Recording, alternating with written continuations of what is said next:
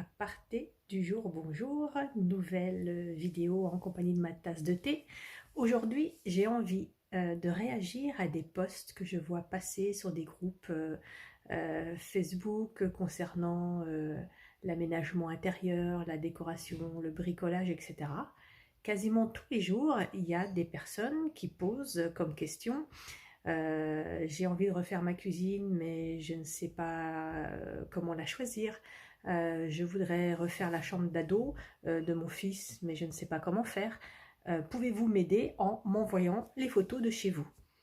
Et donc, je suis assez étonnée, c'est que le problème de la personne, c'est je ne sais pas quoi choisir.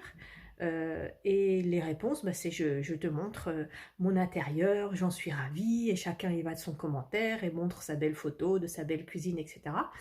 Mais il y a juste un truc énorme qui manque, c'est bah, de se questionner de qui est la personne qui demande, comment est sa vie, et surtout quels sont ses besoins.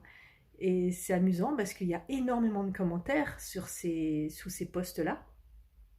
Et vraiment, les gens avec plaisir montrent leurs photos, mais il y a autant de possibilités que de photos montrées, autant de solutions imaginables et surtout bah, qui seront toutes inadaptées à mon sens puisqu'elles ne cherchent pas du tout à savoir quels sont les besoins de la personne.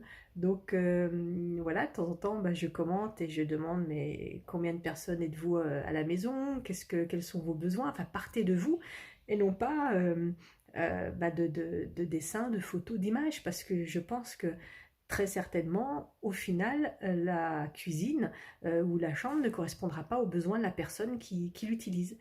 Donc, bah, je suis vraiment, bah, d'une part, très étonnée de la façon dont les personnes prennent les problèmes, voilà, les projets, en tout cas, d'aménagement intérieur. Et du coup, bah, ça me renforce vraiment dans l'intérêt que j'ai, moi, à, à, à parler en fait des besoins des personnes. Tout part de là.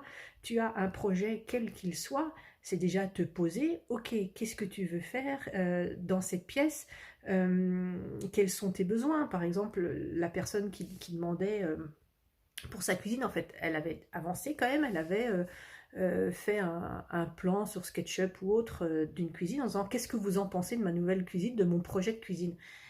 Mais en fait, on voyait vraiment qu'il avait un certain espace et qu'il avait comblé tout l'espace avec des meubles hauts, une hotte, enfin des tas de trucs, des tas d'éléments. Mais il disait, mais qu'est-ce que vous en pensez sans dire ce qu'il voulait, et c'est les questions que je lui ai posées, mais il y avait beaucoup d'éléments hauts.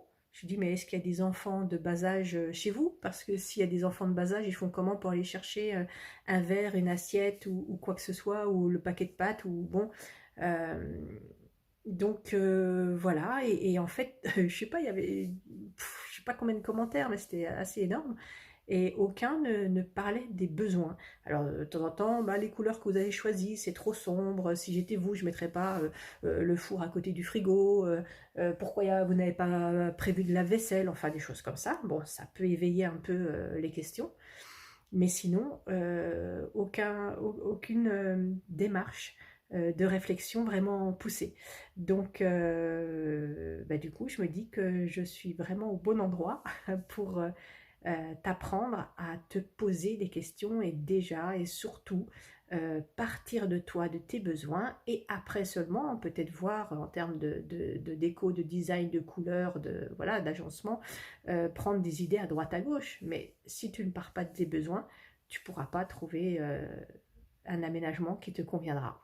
Voilà, j'espère que ça te parle et puis je te dis à bientôt. Bye.